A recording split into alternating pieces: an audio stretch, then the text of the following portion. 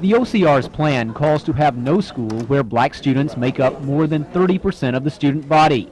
To meet this goal, some schools may close, including Austin East, which is nearly 98% black. Tonight, the task force heard from 3 committees, including one on zoning. The committee is considering breaking down the county into zones, all to achieve this racial balance. But more than one school exists in some zones, and that can't happen.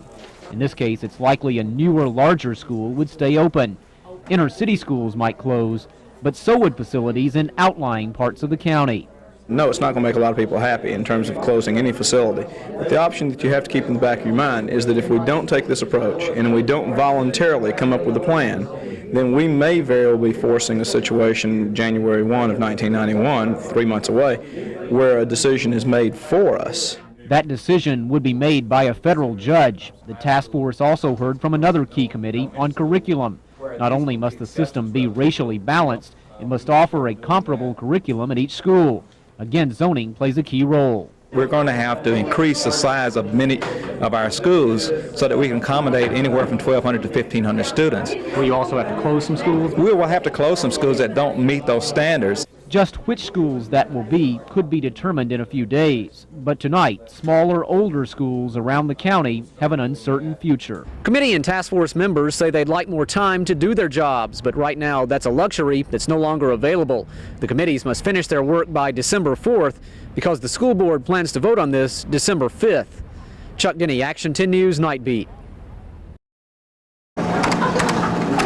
At Austin East High School, this sophomore English class is beginning a letter-writing campaign to keep their school open.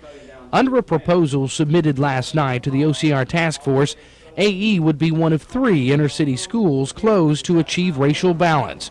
AE is currently 98% black. If they were actually trying to balance it out, that it wouldn't be all for the blacks, they would move, some whites in too. The fact is, nobody wants their children moved, not Kenneth Harrison, whose children attend public school in the west end of the county. That's one reason why we live in this area. Not Superintendent Earl Hoffmeister, who likes the concept of community schools. Those are what we consider home schools, and I like them, and the people like them. They don't want kids just being transferred all over every place. And most of all, not the black students and their parents who are now looking at being moved. Initially, I think it would just tear the community apart. Whitehead and others feel there is no ideal solution that will please everyone, but what everyone apparently wants, at least publicly, is a plan that is fair to all.